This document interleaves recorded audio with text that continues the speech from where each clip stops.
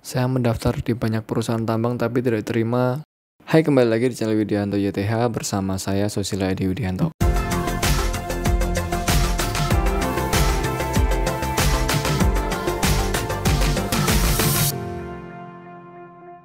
Pada kesempatan kali ini aku bakal bercerita tentang sebuah buku kumpulan dari 100 anak tambang Indonesia yang berisi tentang motivasi bagaimana mereka bisa bekerja di pertambangan.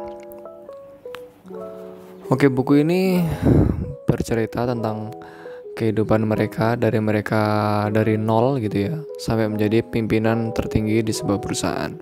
Buku ini juga memecahkan dua rekor muri yang dipecahkan. Yang pertama adalah buku yang dibuat oleh 100 pimpinan perusahaan dan buku yang dipesan terbanyak oleh perusahaan tambang. Dari dua rekor muri tersebut, aku kira ini adalah buku yang sangat bagus ya. Nah, nanti aku akan jabarkan apa aja isinya. Oke, mungkin kalau disebut review nggak pas juga ya, karena aku sekarang lagi nggak bawa bukunya. Tapi sebenarnya aku punya bukunya ya, jadi dibagi dari perusahaan secara gratis. Terus kemudian aku bawa pulang kemarin pada saat cuti. Nah, pas cuti itu pengennya aku mau buat review gitu, tapi karena kondisi kesehatan yang nggak memungkinkan, jadi aku belum sempat review. Dan aku juga lagi sibuk ngurusin anak dan istri dan anak-anak, jadi ya aku baru bisa buat videonya sekarang. Kebetulan bukunya aku tinggal di rumah. Nah, buku ini isinya tentang 100 anak tambang yang menjadi pimpinan gitu ya. Ceritanya ada yang dia dari mahasiswa, kemudian IPK-nya cuma 0,66 gitu. Ya rata-rata kalau misalkan orang yang bekerja di tambang kan IPK-nya pasti 3, nah dia nilainya 0, terus sampai dia bisa menjadi direktur utama di sebuah perusahaan tambang. Nah, perusahaan tambang yang dibahas di buku ini itu bukan hanya tambang batu bara ya, tapi mineral dan batu bara gitu. Bisa di emas, kemudian bisa di nikel dan lain sebagainya. Termasuk ada beberapa orang yang berpengaruh di buku tersebut adalah orang yang berasal dari PT Pama. Kebetulan aku bekerja di PT Pama Persada Nusantara. Ada salah satu pimpinan aku atau pimpinan yang ada di Jobset ya, yaitu Project Manager PT Pama Distrik Ideko, namanya Bapak Ari Herdianto. Kalian nanti bisa melihat perjalanan dia di situ, bagaimana dia lahir ketika kerusuhan di Inggris ya. Dalam kurun waktu 1 minggu terjadi kerusuhan yang anarkis lah di Inggris gitu. Terus kemudian bagaimana dia membentuk karakternya, terus bagaimana dia secara pribadi memang ayahnya dulu juga kerja di tambang gitu kan.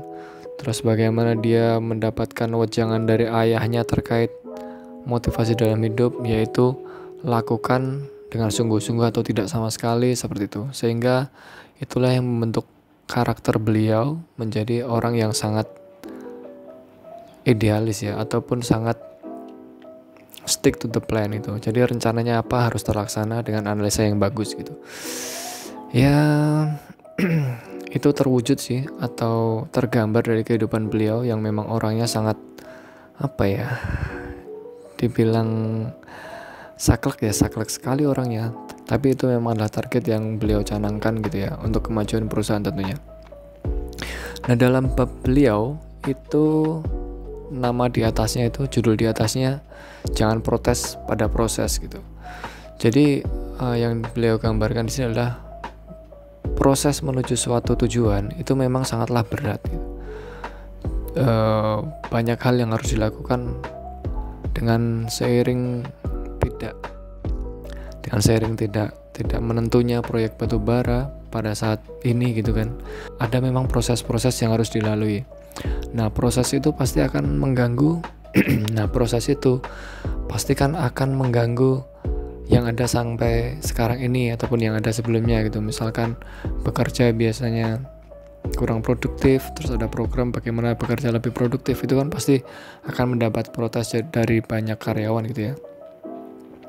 Nah, itu judulnya beliau jangan nah, makanya di bab beliau itu judulnya jangan protes pada proses. Aku sendiri merekomendasikan buku ini ya, buku 100 Anak Tambang Indonesia. harus kalian miliki. Kalian bisa dapatkan di berbagai e-commerce ataupun di toko online gitu ya. Ada di Tokopedia, aku tadi lihat harganya sekitar 190 sampai dengan 210.000. Jadi kalian bisa baca-baca bagaimana perjuangan 100 anak ini menjadi orang yang berpengaruh di tambang batu bara gitu.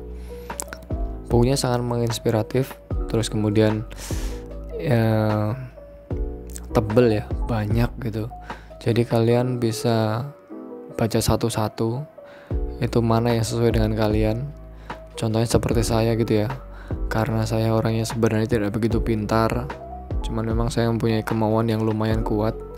Bagaimana saya berjuang dari dulu awal masuk pertambangan, saya mendaftar di banyak perusahaan tambang tapi tidak diterima, seperti itu.